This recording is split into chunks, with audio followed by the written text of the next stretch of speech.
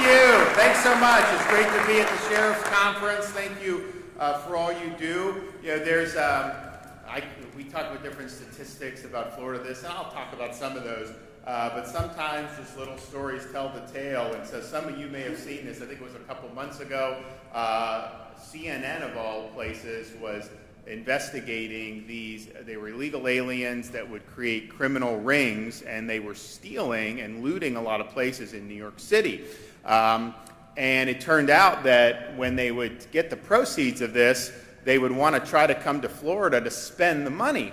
And so someone on CNN asked, well, why don't you steal in Florida? He said, because in Florida, they put you in jail for doing that. And so they didn't want anything to do with it. And I think that that's something that, that really shows the differences. And if you look around the country, you got to have good policies. I mean, you guys have so many great people working for you and your leadership. But if we started enacting Illinois or California or New York policies, you guys would get kneecapped very quickly.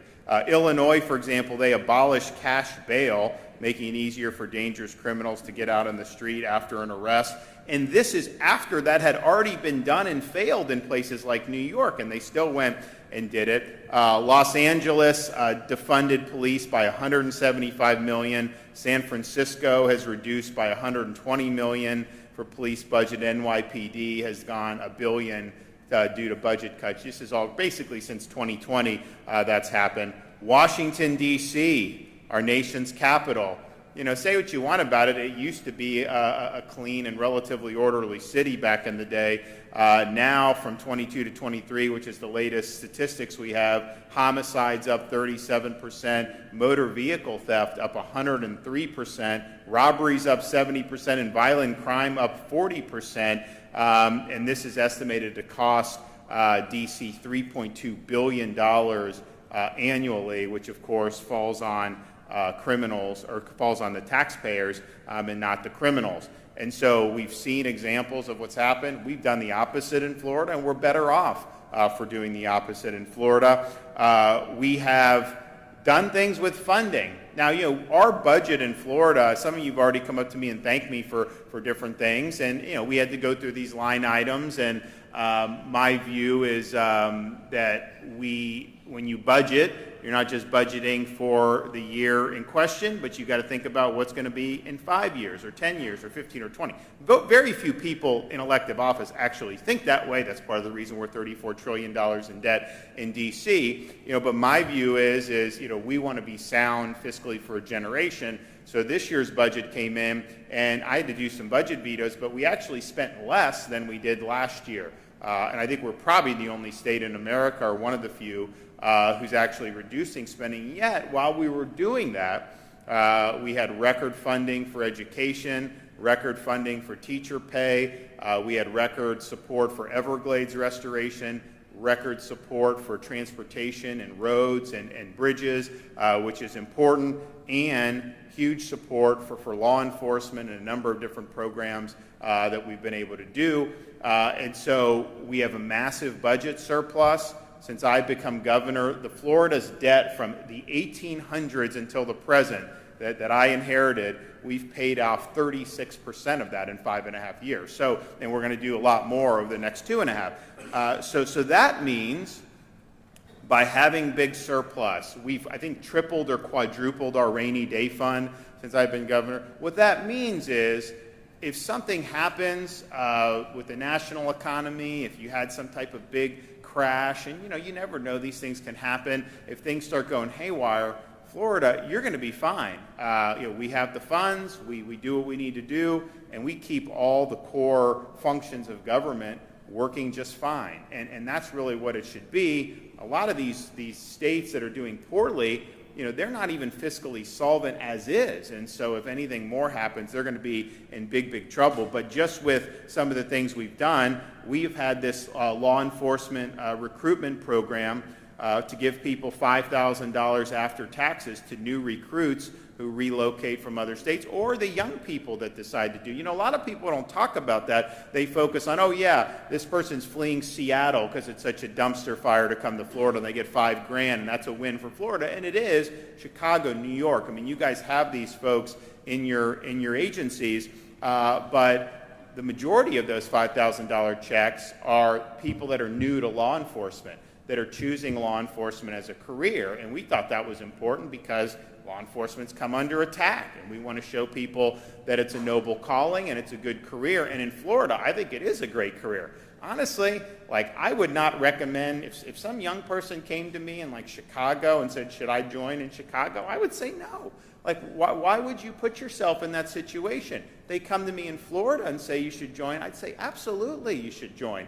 You'll be able to serve the community, you'll be able to have support from the community, and you'll be able to make a difference. And so all these things matter. So that $5,000 is important. Obviously, things aren't getting any cheaper in this country, and so it just helps because you're not going to be a millionaire working in law enforcement. But I think it's more of just the symbol that says, you know, the state of Florida really values this, and we're willing to cut a check for $5,000. And through that program, we've welcomed nearly 1,400 new recruits from different states and territories. Of course, the biggest chunk is from New York, Illinois, and California. And I'll never forget being in California a couple years ago. You know, I land, you know, I get greeted by a police chief of a nice area in Southern California. And I was like, how's it going? He's like, I'm doing great. Just all my officers want to move to Florida now. And so, like, you know, Southern California, that used to be the place everyone wanted to go. And if they had sane policies, that probably would still be the place everyone would want to go because it's a beautiful area. But that's just what you're doing. So we've seen that. And we've awarded $36 million to date just in that program. So that's something we launched a few years ago when I was governor. And we're going to continue to do that because it's been very successful. You know, we also, during the COVID, the 2 or 3 years during COVID, we were trying to, okay, they're defunding police other places. We're not going to do that. But we did $1,000 bonuses for every single sworn law enforcement officer for 3 years in a row in the state of Florida. I mean, that's a big, big deal, and we're really proud of that. We've also enacted really strong policies. In 2021, on the heels of some of the worst riots in the modern history of the country, we passed anti-rioting legislation, which did a number of things. One is it prevented local governments from defunding law enforcement. And the reason why is because, like, why would I let them cut off their nose to spite their face? It's like you could have 5 people on some city council and 3 of them, you know, want to indulge in this idiocy. Why should the citizens of their municipality have to bear the brunt of those dumb decisions? And so we say we'll be able to restore the funding. So defund the police is a total non-factor in the state of Florida because of the actions that we've taken. We now have the ability, and in that law, we also gave protections for law enforcement to be able to defend against riots, and we got sued on it. And it goes, and they always find a judge. Judge said, oh, there's a problem. So then it went to appeal. Then the appeal said, well, send it to the Florida Supreme Court to tell us what this means. And then the Florida says, hey, it's fine. So we won on that. And so there's zero basis for any federal court to do anything with our anti-rioting legislation. And so that is in effect, and we're going to continue to enforce that. But we're proud. We were the first state in the country to step up and do that. We also have created the Florida Law Enforcement Academy Scholarship Program, tuition and fees up to $1,000 of education expenses for trainees and enlisted law enforcement officers. Again, not a lot of places are doing that. We're proud to do it. We've also recognized that folks who are in law enforcement can help our communities, and so if you want to expand your families, you can get incentives for adopting from the state foster system, $10,000 benefit for adopting a child in need, or $25,000 if you adopt a child with special needs. And we've had a lot of people in law enforcement that have stepped up and taken advantage of that. We also have understood that we have an open border in this country. That's creating a host of problems. I'll talk a little bit more about that. But we see the drugs that are coming in, really dangerous drugs. You know, it used to be you bust somebody for methamphetamine or something, and you would do it. Now, you bust somebody with fentanyl, you could end up dying from being exposed to the fentanyl. And so we signed Senate Bill 718 this year, which provides criminal penalties for someone who exposes a first responder to dangerous substances in their possession. That's usually going to mean fentanyl when you're talking about these types of situations. We've also signed a lot of great bills this legislative session. SB 1036 increased criminal penalties for illegal aliens who return to the U.S. after being deported. HB 1451 that prevented counties and municipalities from accepting IDs or driver's licenses issued to illegal aliens by outside jurisdiction. Look, if you want to have less illegal immigration, then don't provide benefits for illegal immigration. And so we've really been strong and led the nation on that. In places like California, they issue you ID, government benefits, all that. Well, of course you're going to have people that are going to go illegally and want to go for that. HB 1589 increased penalties on people who operate a vehicle without a valid license. And as I mentioned on the budget, we did do the scholarship program, or the signing bonus again. We also did $9.3 million to support efforts to combat opioid epidemic affecting Florida's communities. More than $17 million for the enhancement of important criminal databases, and there's a lot of different things that I know many of you have been concerned about. And then $40 million for enhanced 911 call services. And we tried to be very supportive when there were different line items, in the budget. I mean, I remember seeing, is Cronus Chad here? Are you here? Is this Hillsborough? There was I think it was $7.5 million for some rotary wing assets, and I had to gulp very hard before I gave the okay, because it's a lot of money. But we did, and we wanted to make sure that we were supporting law enforcement and all that. So I think if you look at our policies, promote law and order, our actions support the men and women of law enforcement, our budget provides funding, particularly where appropriate with some of the rural areas to be helpful, and the results really speak for themselves. A couple other things that I think bear mentioning. One is, we have this Constitutional Amendment 3 that's going to be on the ballot in November, and it is basically an attempt by a Canadian marijuana company to use the Florida Constitution to give them an ability to have almost a monopoly on selling marijuana, which is just not the way policy should be done. But it also basically creates this really broad right to possess and smoke up to, I don't know, some law enforcement have told me 3 ounces, how many joints that is. Some say 40, some say 80, but bottom line, this is a lot. It has been tried. This happened in Colorado. Most people there regret that it happened. It happened in California. You smell it everywhere. New York, all these places. So the arguments were, when this happened in Colorado, was, look, people are going to use marijuana. And look, we have medical marijuana in Florida, and we have other people that do. I understand that. And that's not someone using marijuana like in their home is probably not something that law enforcement is going to view as a high priority given everything else we have. Having said that, the reality is this is something that was pitched as, because of that reality, if you legalize it, you can tax it, it's above board, it's safety, and it eliminates a black market. Why would you have it be a black market? Well, what's happened in Colorado, they have the biggest black market they've ever had. California has a big black market, and so it's actually led to way more drugs. It's led to more dangerous drugs coming in, and then when you have that, more people using drugs generally, there's going to be other drugs that the market is going to increase for. And so it just didn't work, and I understood the argument for it.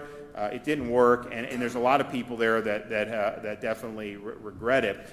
There's some people, like business owners, some have said, well, I don't really like it, but I'll just tell people you can't do it in my restaurant or in my hotel. I don't think it's going to be that simple. I think this is written so broadly with no limitations that people are going to assert the right to be able to do this, regardless of what a private property owner said. If you have a public accommodation, yeah, maybe you can keep someone out of your home, but if you have a public accommodation, you're going to strip somebody of this broad constitutional right? It gets dicey. There's going to be litigation. There's going to be a whole host of things. And I would imagine law enforcement is not going to just want to deal with it at all. And so even if the business owner was right on the law, I would imagine most agencies are going to say, look, we're just not dealing with this given what's in the Constitution. So I don't think it portends very, very well for the state of Florida. We have a track record of this being done in other states. It just hasn't worked, and we just have to be honest about that. I think that defeating this, I think more people kind of get the negative that's happened, but I also think there's people that when you read the summary, it doesn't tell you really what the amendment says. That's why it should not have been let on the ballot. I mean, the court's job is to not allow things on the ballot if the summary isn't an accurate reflection. And it really isn't an accurate reflection because it doesn't show. We have medical marijuana in the Constitution. Voters passed that. If you read the text of that, there's all these limitations. Like, okay, you can apply for a card, you can be restricted from, time, place, and there's all these different things. This amendment, and you don't see the text of it, the voter doesn't see the text of it, they see the sanitized summary that's been poll tested in focus group, eliminates, the actual text eliminates every limitation that was in the medical. And so, I mean, honestly, the right for the marijuana use is going to be a broader right than your First Amendment right to free speech, your Second Amendment right to keep and bear arms. I mean, it's ridiculous. So this isn't going to be good. It's not going to be good for law and order. It's not going to be good for quality of life. And so I know many of you are involved. I know the Sheriff's Association is helping to be able to combat Amendment 3, and I think we need to do that. We got to be rational about these things. And I have credibility on it because I came in, medical marijuana passed in 2016. I became governor in 2019. It really hadn't been implemented. And my view was like, look, I know some people, a lot of people like it, some people don't. A lot of my voters didn't like it, but I'm like, this is the Constitution. I'm going to enforce it. So we did. And we've done that faithfully. And there's a lot of people that have used that. And I know not everyone is really in dire need medically. I mean, some people are in dire straits. Other people, have like a back spasm and they go in and get a card or something like that. So I know that's going on. But that's just the reality in Florida. That program has been implemented as the voters intended. And so I think we've struck a more moderate course on this, and I think what Colorado's done has been very extreme. I think a lot of people there regret it. I think California's been extreme. I think a lot of people there regret it. But why would we want a bigger black market for illegal drugs in this state? That is not going to end well for anybody. The other thing that I would point out is, look, I don't mean to be political, but I hear this stuff in wake of this weekend's news where you have these very, very partisan liberal media saying, oh, Biden, what a great, unbelievable accomplishments and all this stuff. I'm just thinking to myself, opening the border is an accomplishment? Having 13 Americans get killed in Afghanistan with that disastrous withdrawal, inflation, all these other things. But perhaps two of the biggest failures are the open border and the Afghanistan fiasco. And there's actually a relation between both of those failures that I think affects our communities potentially. And it's just this. So there's a lot of folks who, in the wake of what happened in Afghanistan, these are people that had served in the global war on terrorism from 9/11 until very recently. They have contacts there. There were private citizens, like from Florida, that were helping rescue people out of Afghanistan, and how that went down was a real disgrace for the country. And of course, we lost 13 service members, but we also have created now a situation where these terror training camps are up and running. I mean, they're cycling through a lot of would-be jihadis over there. The U.S. government, I think their view is like, hear no evil, see no evil. And so that's bad. Maybe you could say, well, how does that affect us? If we had control of who comes into our country, maybe it wouldn't have a big impact on us. But our country has had 11 million people come in the last 3.5, 4 years. And I point out, we know terrorists have come in through the southern border. DHS will say that there's people who are on the terror watch list that's come through. And I remember saying that last year, and one of the media is like, oh, that is not true, all this other stuff. And now there have been people that have been arrested connected to ISIS and all these other stuff. And my view is you can't have 10 million people come in. You can't have a border that open and not have our enemies take advantage of it. Are we really to believe that this soft underbelly, that our people that want to do us harm would just say, no, we're not gonna try to exploit that? Of course they're going to try to exploit that. So just talking with a lot of people in the community who've been involved in this, who still have contacts over there. They're not even in the government anymore. But their view, and I think this makes sense, is the training that's being done is not to do another 9/11 where you take down the equivalent of the World Trade Center. The training that's being done is to try to do another October 7th, like was done in Israel, where you go to some community and you have people, terrorists that are going to kill as many people as they can, and that creates risk for American communities. There's no question about that. So that's bad enough. But I think what even adds to it is a lot of the feds, they're being told in the bureaucracy, terrorism is the thing of the past. They're being told not to worry about it. I had somebody who was a targeting officer back in the day that just went on DHS websites like, okay, I think I suspect some terrorist activity, and this was in Florida, submitted it. And instead of them taking it and wanting to follow up, they sent back, you should talk to your local authorities. And they're like, who? And they said, the local division of emergency management. And I'm like, what? And that was what the U.S. government was telling somebody who was concerned. And I think part of this was testing to see how the response would be. I'm not sure, that it was necessarily something that was right per se. But the division of emergency management, look, we have great division of emergency management. There's no other state, you wouldn't want to be in a hurricane, but there's no other state you would want to respond than the state of Florida. And it's not just because we're doing things at the state level, it's because every county, a lot of these emergency management departments do a really good job. But counterterrorism is not something that they're charged with doing. Counterterrorism has always been something that the federal government really has taken the lead on, partially because they have the information, they get the intelligence that can emanate in foreign countries. You as a sheriff, you don't have intel coming in from Afghanistan to your sheriff's department. It's outside your purview. But what that tells me, and what I've seen is, I think that they are acting like now the terrorism is really just a local issue. So this is something that we're going to have to step up and do more for, because since 9/11, it's really been the various federal alphabet agencies that have been taking the lead, and it was almost like if you wanted to do a lot locally, they would tell you, no, this is our purview. I think you've seen a shift over the last few years.